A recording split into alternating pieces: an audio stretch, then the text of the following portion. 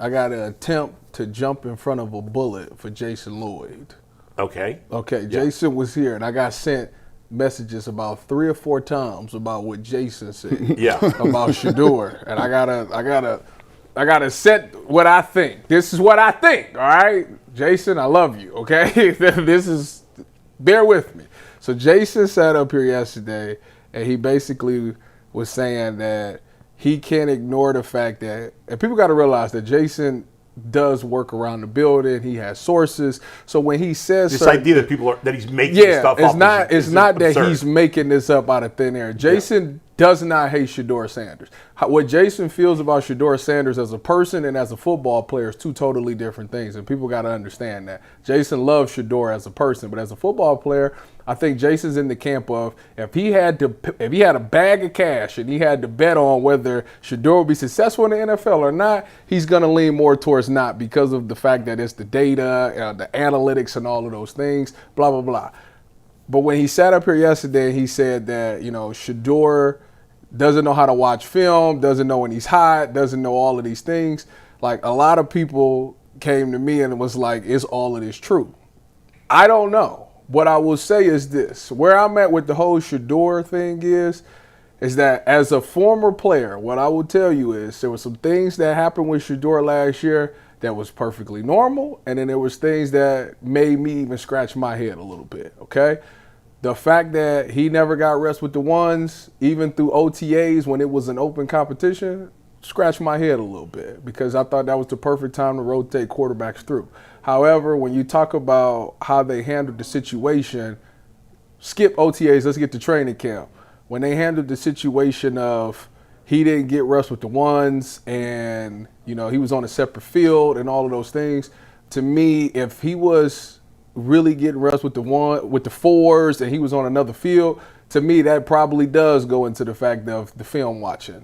Maybe he didn't understand the playbook and pick it up right away. That's when you get done like that, that tells me that there is something going on with the learning part of it and speed and catching up with everything to where everybody else, you have some veterans with Kenny Pickett and Joe Flacco and all those guys. They're able to work with that. Dylan Gabriel was able to obviously show that he can handle certain things and pick things up a little bit faster, which expedited his experience of getting reps with the 2s and the 1s and things like that. So to me, that part is perfectly normal how they handle Shedeur. The only issue that I ever had was he never got reps with the 1s up until the week of his start. That's a problem. Like when you become the clear number 2, there are certain periods throughout the practice where you can designate a couple of plays here and there to a Shedeur Sanders because he is only one injury away. So that part of it is kind of murky to me. As far as him not knowing protections or defenses or when he's hot and all those things, I can't necessarily speak on that because I'm not a quarterback, so I don't know necessarily what goes into that.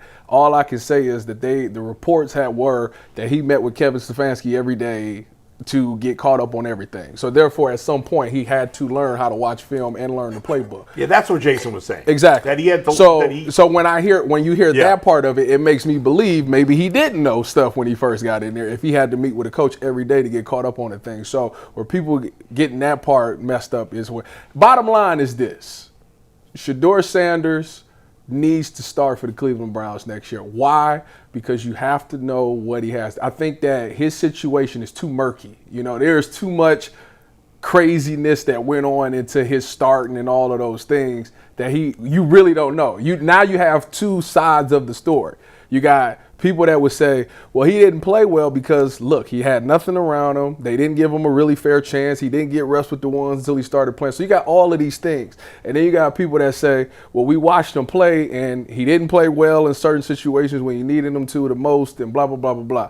That's why you have to give him the whole year where there's none of that going on. There is no Kevin Stefanski. There is no worried about if a coaching staff likes him. You got to fix the offensive line, maybe get a weapon in there, give him all of those things, let him go through 26 so you can leave it alone. So both sides can come together and know this is what it is. There is nothing to say that this isn't work or this is why it didn't work. We need to get rid of all that. We need to have both sides come together because I'm tired of seeing Jason getting killed for his own opinion. That it's an educated opinion because it's not like he's just making this up. Jason is one of those guys that's very respected in his craft. He does a lot of research, and there's a lot of the times there's a lot of things that he don't report that he should, but he don't because he know he should. That it's gonna cause too much riffraff. And that's the part that you don't know about Jason. So.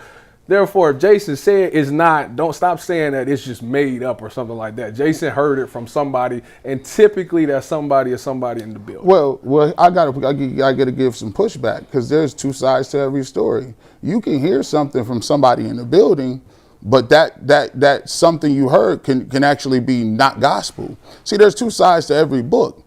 For every person that says Shedeur can't read defenses, I can go and look at a quarterback like Chase Daniels who breaks down how he did read defenses against the Buffalo Bills and how he diagnosed. I could go give you Bernie Kosar who says this is a great job at diagnosing what he's doing right there. I could give you Kurt Warner. So the thing that I think people get to is the definitive nature of it.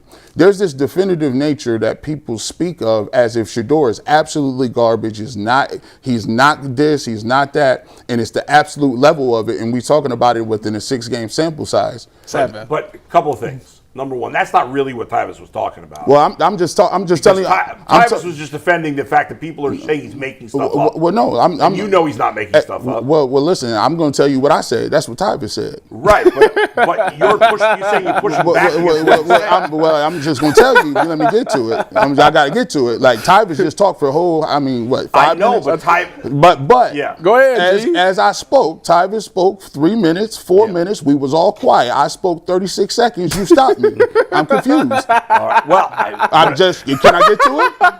But it had nothing to do with what he was saying. But Tyvis don't need an arbiter. He's good. Let Tyvis tell me that. The point is, I'm just saying. You get your. The point is, what you said is actually rational, which I'm surprised because nobody else is rational around here, and.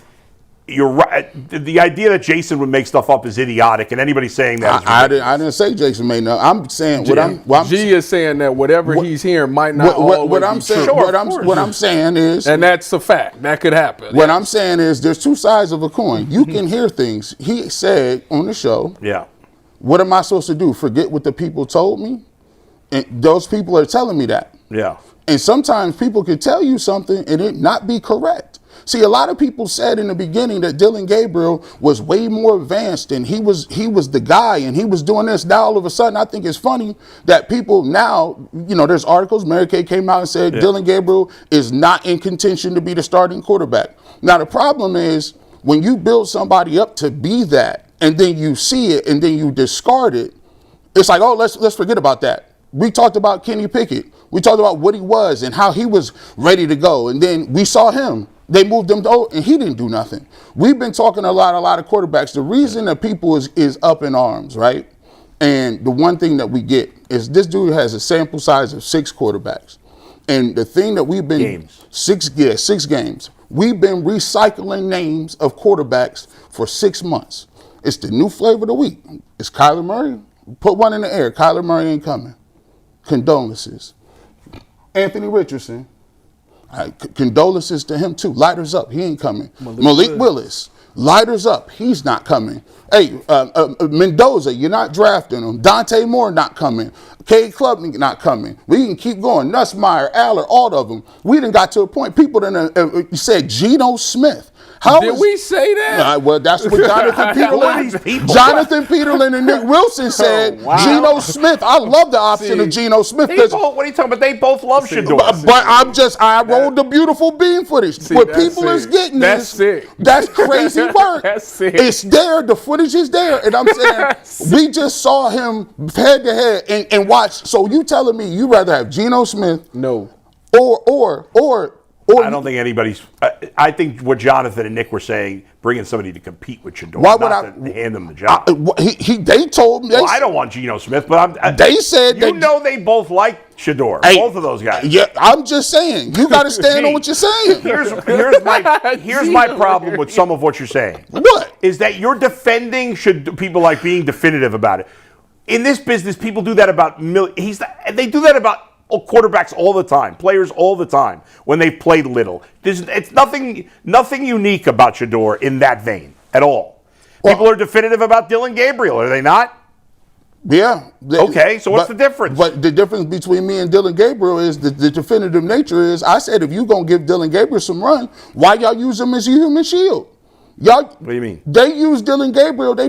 What? I don't understand what you're talking about. Everybody. So when we talked about it, when we at the beginning of the season, we talked about how Dylan Gabriel was way more available and way more mentally aptitude, ready to play. But who said that? Everybody. Everybody. Everybody did say that. That was like speculation that why he was getting more of an opportunity. Zach Jackson came on and said Dylan Gabriel didn't even look like an NFL player. Yeah, I don't know. I don't know that none of us said that. A lot of people pushed the narrative that Dylan Gabriel was more advanced as far as I think that was processing just maybe a guess. The human processor. That's Mary Kay called him the supercomputer. Correct. Okay, Mary Kay did. Now, here's the thing. Yeah. That you just got to it. Yeah. That's a guess. Right. The problem people have when they talk about Shedeur Sanders is there's an educated guess going on. But when you are definitive as if it's the worst thing you've ever seen, he can't do this, he can't do that. I have a problem with that. That's a guess. I have a problem with that. That is a guess. That's my only pushback with Jason is that like he makes it. But he was basing that on the numbers. But he also makes it seem like it's a foregone conclusion. And I disagree with him there. Yeah, but that's not and a I reason, think that's where we're all in disagreement. for people to go on social media and say he's the worst. Oh, well, he's a hater. He's this. He's that. It's ridiculous. I can only give what I give. Yeah, all I'm saying, I can't speak for that part. All I can say is look. The scorekeeper is looking like every time we brought up a quarterback, they're not here. And the one thing that you can point to that camera and you can say G. Bush didn't lie to you. I went from the Duke of New York to standing on the Rock of Gibraltar. Let me tell you, I'm on solid ground. Every quarterback that you done mentioned, I always stood fast and say, nope. That I don't like that option. I don't think that is. Now here's what we got to come to the conclusion. This is not arguable. I stood right there with you. Okay. I got to give you. We got it, and we don't want to derail the conversation. We don't want to get to it. Yeah. But if the Cleveland Browns didn't go get Malik Willis, if they didn't get Anthony Richardson, if they didn't go after Kyler Murray, if they moved on and said Dylan Gabriel ain't in, and they moved Joe Flacco, and they moved Kenny Pickett, and they're not going to draft a quarterback, then we don't know about most of those things. But guess what? But the quarterback, they may draft one. We'll cross that road when it happens. Yeah. But if they do not, what does that tell you about what the Cleveland Browns feel? They believe Shedeur Sanders gives them the best chance to win because they had ample opportunity to go get other quarterbacks, and they did not do it. No, I don't agree with that, but Why? Why? Why would that not tell you?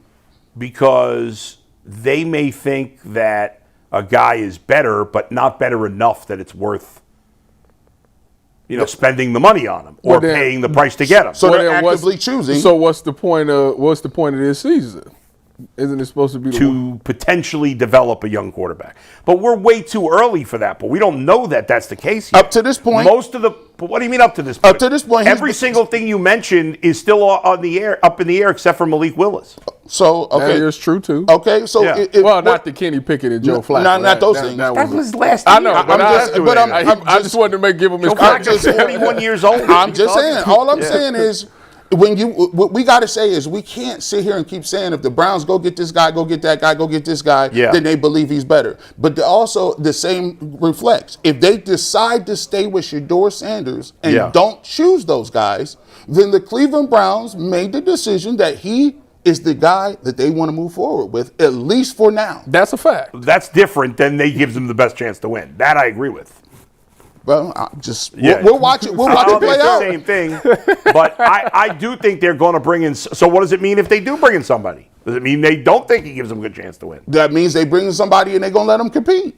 But does it mean they don't think he gives them the best chance to win? We're going to find out when he gets on the field. You're being a hypocrite. No. Listen. You're saying if they don't bring anything. What I'm saying. No. You said if they don't bring anybody in, it means they think he gives them the best chance to win. Right. But if they do bring someone in, it doesn't mean that. No, what I'm saying is they're going to give him. Right now, Shedeur Sanders is going to be in the race to be the starting quarterback. As of now, yes. As of today. Yes. As of now, they have not brought anybody else in. Is that correct? Yes. If they do decide to bring somebody in, that obviously means that Shedeur is basically still in contention to be the quarterback. Well, it depends who they bring in. But they want somebody to compete with him. It depends who they bring in. I'll say most likely that's the case. There may be somebody they bring in where that would not be the case. Where they would compete?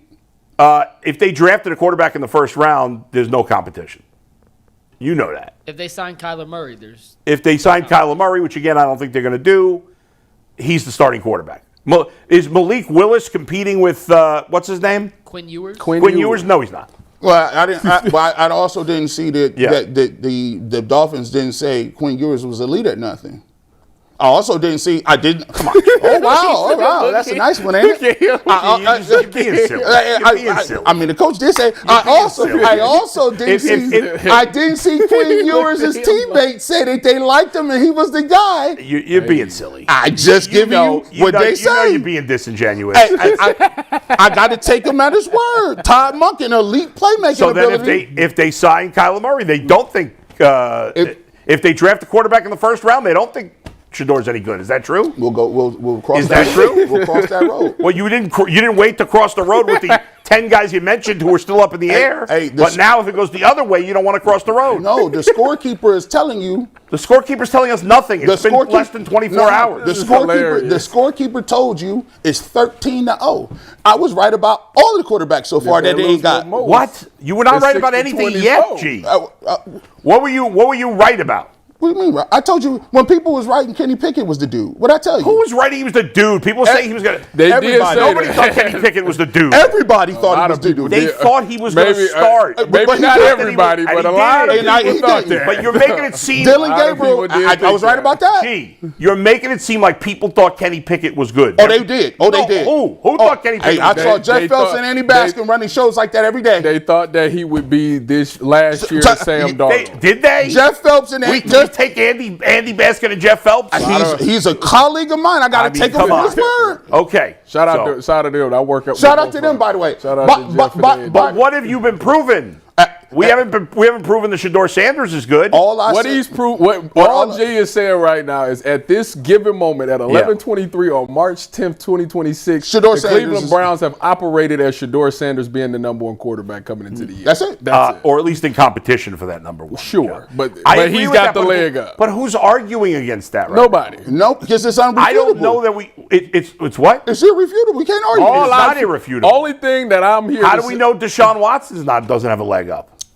He said Deshaun Watson is going to compete. Because we haven't seen Deshaun Watson play. But that doesn't mean he doesn't have a leg up to new coach. We have no idea. By the way, for all we know, and I can't believe. For all we know, Deshaun Watson is the favorite. I don't know. You're being disingenuous. I'm not. You know good and doggone well Deshaun got the leg up. I believe that Shedeur Sanders has the leg up, but he said it's irrefutable. I don't know that it's irrefutable. Sure. Here's another thing. I don't know that it's not even between those two. I told y'all 2 years ago, everybody was screaming, jumping up and down. You got to get rid of Deshaun Watson. You got to get rid of his deal. And guess what I think you should. And guess what I said? He ain't going nowhere. Deshaun Watson going to be on this roster.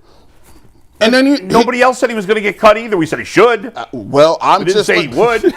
When they said, "Hey, Kevin Stefanski is leaving and Andrew Berry's staying," everybody said he ain't got to go. I said, "Andrew Berry about to stay." Bottom line of the whole thing, my whole thing about me talking about the Jason thing is that I want people to understand that yes, there were some things that went on last year that I scratched my head on that was shaky, and therefore. It was not a clear picture of what Shedeur Sanders is as an NFL quarterback. I still think that he made some moments where it was really good. He had some moments that was really bad. Again, what rookie doesn't have that? With that being said, I think we're going to dive into some of the free agent moves that's going on. Yeah. I think that the right thing to do to get both sides of this coin on the same page is to give him 2026 so we can truly see what it is. But we do have to fix some things on the roster to get a clear picture. And that which we're going to get to in 30 seconds. Exactly. It was